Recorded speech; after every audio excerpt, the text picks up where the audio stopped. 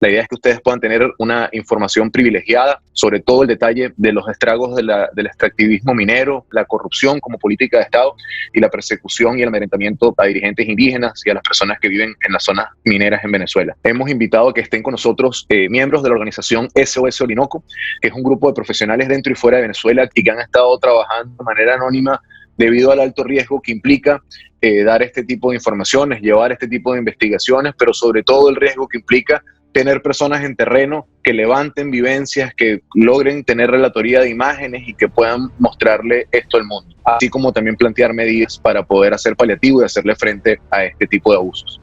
También nos va a acompañar Mercedes de Freitas. Mercedes de Freitas es la directora ejecutiva de Transparencia Venezuela, el capítulo nacional de Transparencia Internacional. Ha sido, aparte de ser la directora ejecutiva de Transparencia Venezuela y fundadora del campus de Transparencia, en el año 2019 recibió el Premio Anual de Liderazgo contra la Corrupción del Grupo de Trabajo Anticorrupción de la American Society Council of Americas, y además ha venido trabajando desde hace muchos años en develar tramas de corrupción, los intrínculos de todo el proceso administrativo venezolano y las vinculaciones con la economía irregular y la economía ilegal. Y también nos va a acompañar hoy Américo de Gracia. Américo es diputado de la Asamblea Nacional, es comisionado para toda la lucha y toda la información sobre el arco minero, el sur del Orinoco y lo que ha venido ocurriendo en el sur del país. Al igual que yo, es de los diputados que ha sido sentenciado y perseguido por la dictadura en el último año. Américo es parte de esos más de 30 diputados sentenciados y que hoy en día se encuentran en el exilio para evitar la cárcel. Le doy la palabra a la organización SOS Orinoco. La crisis del sur del Orinoco es una faceta de la crisis venezolana que hasta ahora ha sido muy poco visible, pero es una que impacta a toda la región. El régimen está dando la clara señal que la minería indiscriminada que deforesta, envenena con mercurio y sedimenta los ríos tiene prioridad sobre la preservación del ambiente extremadamente delicado del sur de Venezuela y la estructura social de los pueblos indígenas. La crisis del sur del Orinoco está acelerando una crisis de salud, violación de derechos humanos, todo tipo de actividades ilícitas, violencia, lo cual está afectando gravemente la seguridad y soberanía nacional y eventualmente va a causar diversos efectos nocivos en la región. El sur de Venezuela está comprendido por 3 estados, del Táchira, Bolívar y Amazonas. Todo ello es la Guayana Amazonía venezolana. La política del Estado venezolano en los últimos 40 años había sido considerar esta región como un mosaico de áreas de conservación, tanto por sus valores ecológicos y biológicos como por sus valores humanos y culturales, y por los servicios ecosistémicos que esta región provee. Este mosaico de colores que ven en el mapa muestra la diversidad de estrategias que Venezuela había implantado para lograr ese objetivo de conservación y sostenibilidad. Entre estos objetivos están de proteger sus fuentes de agua dulce, que están entre las más abundantes del continente y de cuyo potencial hidroeléctrico, específicamente de la cuenca Caroní-Paraguay, depende el 70% del abastecimiento eléctrico del país. En el año 2016, el régimen de Maduro busca desesperadamente recursos financieros debido al colapso de la industria petrolera y lanza un decreto de arco minero del Orinoco que se ve en el mapa delimitado en rojo, en el borde del Gran Río y al sur en la frontera con Brasil. A fin de maximizar y privilegiar el extractivismo minero en todas sus formas es que se hace este decreto. Esto anula toda la política de conservación y sostenibilidad que había tenido Venezuela.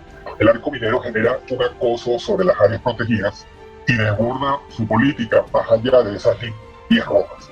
A continuación veremos algunos ejemplos de ello. Cada ejemplo corresponde a uno de los círculos que ven en negro en el mapa. Sobre este primer caso, ya ustedes acaban de ver un video donde se mostraban imágenes de Las Claritas, que es la zona de la Reserva Forestal de Imatanga. Este caso es el más atroz desde el punto de vista del impacto simbólico. Es la violación del único sitio de patrimonio mundial natural de Venezuela declarado por la UNESCO, el Parque Nacional Canaima, el más emblemático del país, donde se encuentra la caída de agua más alta del planeta y algunas de las montañas tabulares más famosas del mundo, como Roraima, Ollantaytambo, Chimancá. Este parque nacional es el territorio protegido de las comunidades más tradicionales del pueblo Pemón. Todos ellos han sido forzados por las políticas del régimen a hacer minería para poder subsistir. Estas políticas llevaron al total colapso del turismo, que por décadas había sido la principal fuente de empleo en la región. Muchas de estas minas operan con financiamiento y control de los grupos delincuenciales que también operan en Imatacá. Este ejemplo es el del río Itaguarú, protegido por una figura legal que prohíbe la minería, figura diseñada para salvaguardar la producción de agua que abastece el sistema hidroeléctrico del Caroní aguas abajo, del cual depende el 70% de la electricidad del país. Aquí la minería está controlada por el mismo sistema delincuencial estructurado por elementos de políticos, militares y empresarios. La dinámica de esta región depende casi de un 100% del norte de Brasil, concretamente de Boa Vista. Este ejemplo es el río Pragua, gran parte del cual está protegido por la figura de monumento natural, que tiene como centro el portentoso Tepuy Guayquirima. Este río es el que más agua aporta al sistema hidroeléctrico del Caroní. Es el segundo foco minero más grande del país. Esta ha sido zona escenario de matanzas perpetradas por elementos militares para hacerse el control de las minas. Todos los anteriores ejemplos están ubicados en el estado Bolívar, que es el más poblado, al sur del Orinoco. Los siguientes ejemplos son del estado Amazonas. Este ejemplo es uno de los más preocupantes, el Parque Nacional Yapacana, no tan solo porque sea un parque nacional que está siendo destruido con más minería incluso que Canaima, sino porque es un enclave estratégico fundamental de las guerrillas colombianas. Decimos guerrillas en plural ya que toda la evidencia apunta a que el Parque Nacional está controlado por una coalición FARC-ELN. Yapacana es su centro financiero y logístico. Es la llave de entrada a todo el sur de Venezuela. Es la bisagra con todas sus operaciones de narcotráfico provenientes de Colombia. Aquí se invierte el dinero de la droga y se transmuta en oro. Existe allí una población de entre 2.000 y 3.000 mineros, donde el único gobierno y los servicios los provee la guerrilla. Trata de blancas, trabajo infantil, todo tipo de violación de los derechos humanos tiene su foco en Yapacana. Toda esta situación es posible gracias a convenios que la guerrilla tiene con militares venezolanos y en las que estos participan en las ganancias. En este caso, uno de los más dramáticos en lo social y en lo humano. El pueblo Yanomami, uno de los más conocidos y famosos de todo el mundo por su ancestral acervo cultural, está siendo desmembrado en sus estructuras sociales por la invasión de garimpeiros provenientes de Brasil. En la aldea de Pachimu se perpetró hace más de 20 años una famosa masacre que condujo a sentencias firmes condenatorias por parte de la Corte Interamericana de Justicia. Allí, en este momento, hoy mismo, están asentados mineros brasileños con complicidad de militares venezolanos, en perjuicio de la salud y la paz de las comunidades indígenas y en total violación de las leyes venezolanas. Estos mineros no solo son violentos, sino que son vectores de enfermedades mortales para los Yanomami, como es el caso del sarampión, y en la situación actual son los portadores potenciales del COVID-19. Buenos días. El sur del Orinoco concentra la mayor diversidad sociocultural y étnica de Venezuela. Esta región es habitada por múltiples comunidades criollas y afrodescendientes y por 27 diferentes pueblos indígenas. Cada uno de estos grupos étnicos tiene sus particularidades sociales, culturales y lingüísticas. Según el censo del año 2011, se registró un total de 172.500 indígenas en los estados Amazonas, Bolívar y del Tamacuro, lo que representa el 24% de la población indígena nacional, distribuidos en más de 1.500 comunidades. Los pueblos indígenas se han convertido en obstáculos en el camino de los actores violentos que buscan el control de la zona. Y por eso las violaciones de derechos humanos de los pueblos indígenas se han agudizado de manera alarmante. La imposición de proyectos extractivistas como el Arco Minero del Orinoco violan el derecho a la consulta previa, libre e informada, y la invasión de sus tierras ancestrales vulnera los derechos territoriales, la mayoría de los cuales no han sido demarcados. Se han multiplicado los conflictos violentos con ocurrencia de masacres, asesinatos, desapariciones, amputaciones, amenazas de muerte, hostigamiento y persecución. La minería también ha favorecido el trabajo y la explotación infantil en condiciones de semi-esclavitud, así como la trata de personas con fines de explotación sexual, incluyendo niños, niñas y adolescentes.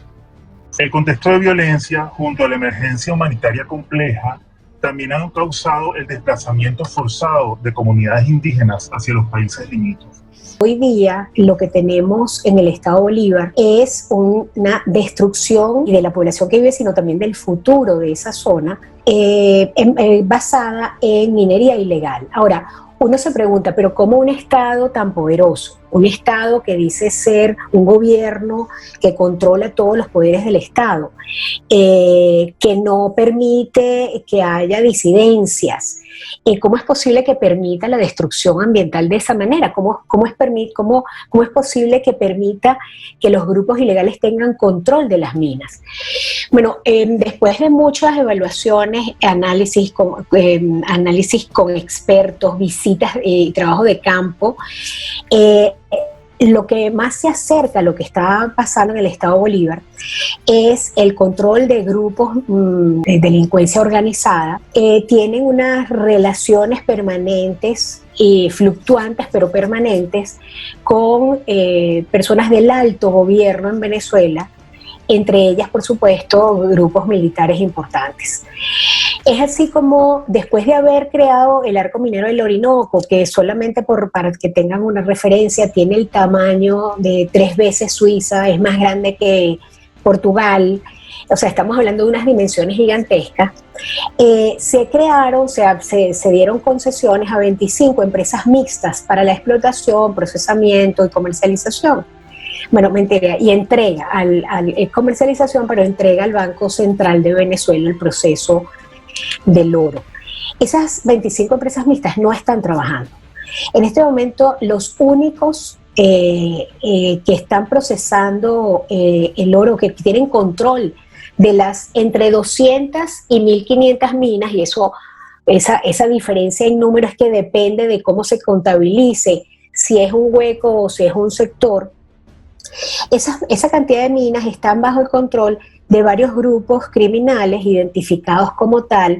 Algunos pertenecen a la misma tipología de delincuencia organizada que se llaman, ellos mismos se autodenominan sindicatos del oro, son pseudo sindicatos, personas que vienen de ser líderes en las cárceles, que en Venezuela les llamamos pranes, o ellos mismos se llaman pranes. Y estos grupos de delincuencia organizada han avanzado en el control de territorio y de mercados. Es así como no solamente dominan el oro, sino la trata de personas, el comercio sexual, el comercio de las armas, el comercio hasta del plástico. En Venezuela, con el control de precios y el control de cambio, cualquier mercancía que estuviera en Venezuela, fuera producida dentro del país o importada, era un bien muy preciado para vender al exterior en contrabando, en forma de contrabando, porque tenía un precio muchísimo más atractivo que en cualquier mercado internacional. Es así como el principal y que competía con el oro era precisamente la gasolina, cuando teníamos gasolina, hace ya unos meses que ni siquiera tenemos gasolina en el país y hace años que se importa la gasolina que se produce en el país. Entonces, control de los grupos criminales, en las investigaciones que nosotros hemos hecho, y podemos presentar los resultados cuando ustedes quieran, tienen su origen y su financiamiento y su promoción desde los gobiernos regionales del Estado Bolívar principalmente. Ambos, el anterior y el actual, son generales de la República, personas, por supuesto, del partido de gobierno, que cada uno de alguna manera han hecho a través de personas que trabajan en las gobernaciones y que se han llevado denuncias a nivel nacional e internacional, han llevado armas y han promovido la estructuración de estos grupos que no solamente tienen el mercado del oro, o sea, no solamente controlan la mina y a los mineros, sino controlan la vida completa de las regiones. El Estado entonces no está presente, la seguridad la imprimen y la garantizan precisamente los pranes, los pseudo sindicatos del oro, a través de políticas del terror. Ellos, por ejemplo, para que tengan una idea del nivel del terror, ellos se manejan con lo que se llama el semáforo de la violencia, y el semáforo de la violencia es que si encuentran a alguien cometiendo alguna irregularidad, algún minero se quedó con un poquito más de oro del debido, o no le pagó algo al quien debía, Bueno, va desde una golpiza a una mutilación hasta la muerte y en algunos casos con desmembramientos en forma terrible. Y entre la presencia de los grupos y el control de las minas entre los grupos criminales y la presencia de las guerrillas, ya se han producido desde el 2016 hasta ahora 40 masacres en la que, por supuesto, las víctimas en su mayoría son personas inocentes o mineros o indígenas. Solamente entre el 10 y el 30% del oro que se extrae llega al Banco Central de Venezuela, a pesar de que por ley tendría que ir todo al Banco Central de Venezuela porque tiene el monopolio el mercado del oro.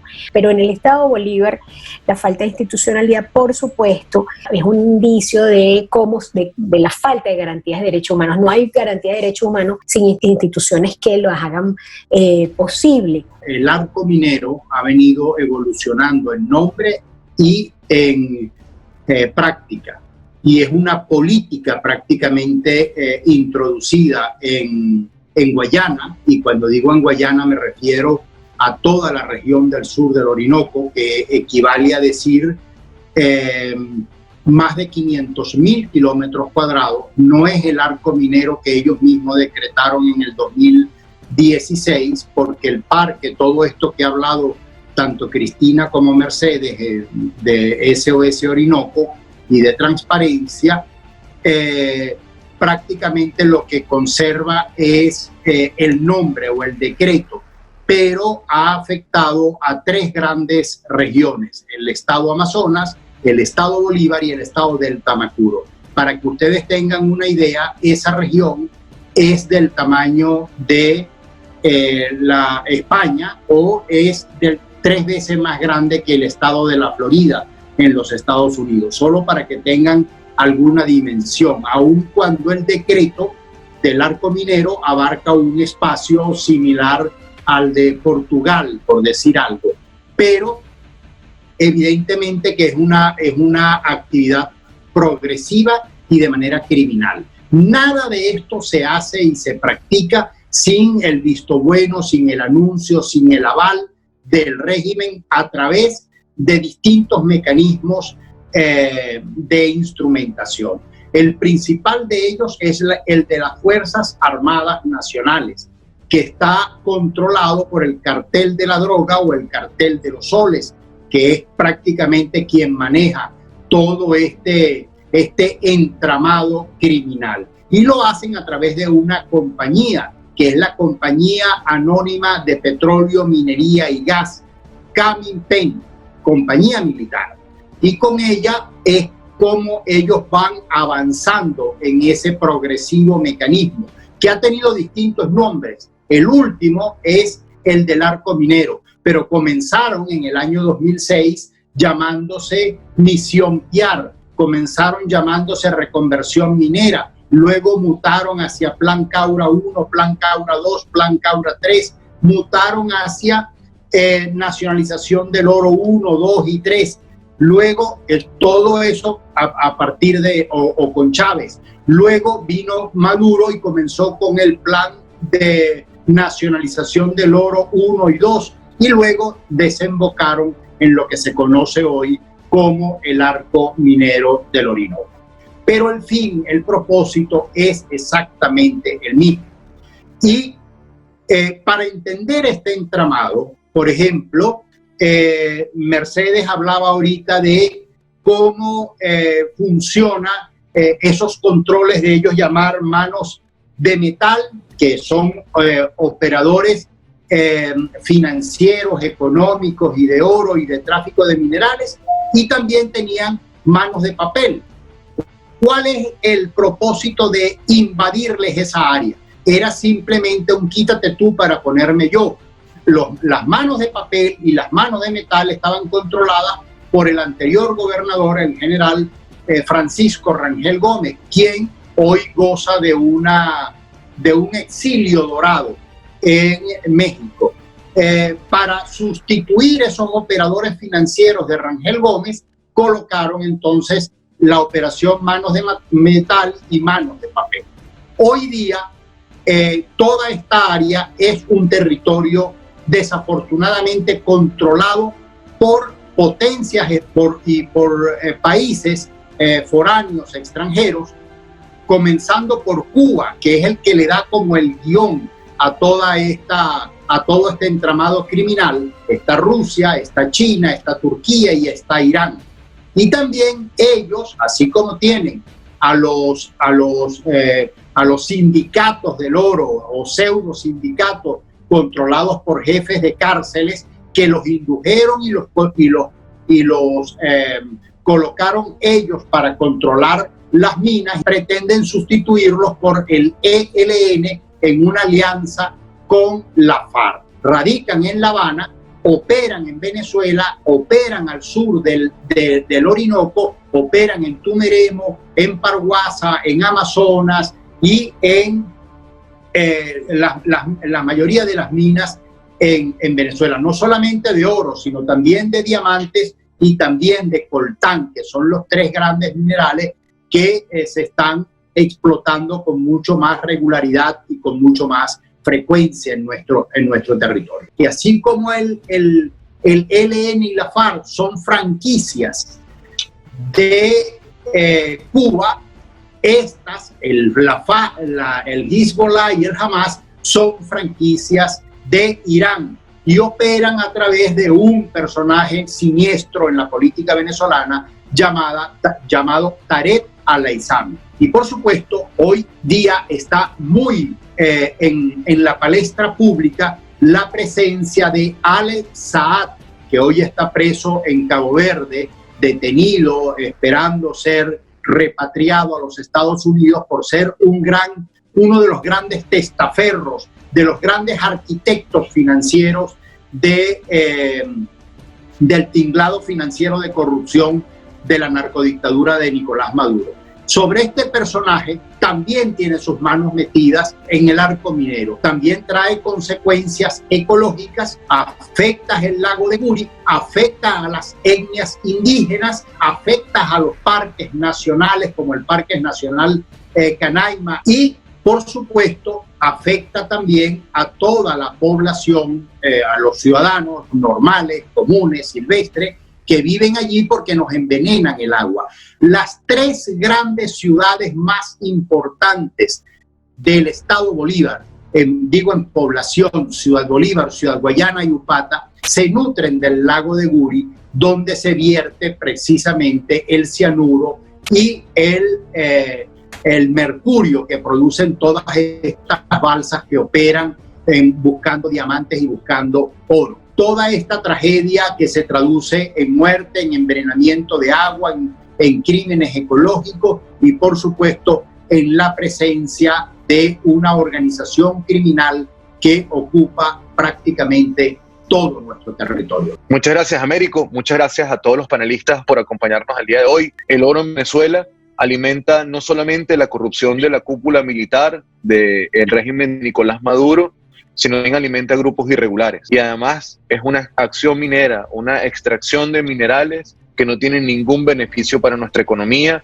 es solamente una acción para beneficiar a la economía ilegal, a los grupos irregulares y a la cúpula militar. El sur del Orinoco es una zona que se está desintegrando, que tiene control de grupos irregulares en unas zonas, que tiene control de la Fuerza Armada y el negocio de los militares en otras, que tiene control de mafias internas. Es una zona donde el control lo impone la economía irregular y lo impone la fuerza. La actividad minera mata al medio ambiente, mata a poblaciones indígenas, mata la tierra, pero además está destruyendo importantes zonas, no solo de reserva forestal, sino tierras ancestrales de poblaciones indígenas. Quiero cerrar dejándoles el contexto de dónde estamos como país hoy. Esto ocurre, esto que hemos visto del sur del Orinoco, toda esta destrucción de la minería, esta persecución de los mineros y de las poblaciones indígenas ocurre en un país donde el régimen ha decidido cerrar las vías electorales, ha designado un consejo electoral sin consenso de las partes políticas, ha perseguido, ha judicializado a dirigentes políticos, sociales, sindicales e indígenas por pensar diferente y ocurre en un país que tiene la semana que viene, el 15 de julio, un segundo reporte de la alta comisionada Michelle Bachelet, un deber general en el que le pedimos a todos los países y a todas las misiones que sean vocales, que nos ayuden a visibilizar y a subir el volumen pero sobre todo ocurre en un país que tiene procedimientos especiales y climática internacional para poder enderezar el rumbo y poder conseguir el cambio que todos nos merecemos. Muchísimas gracias por haberse conectado el día de hoy.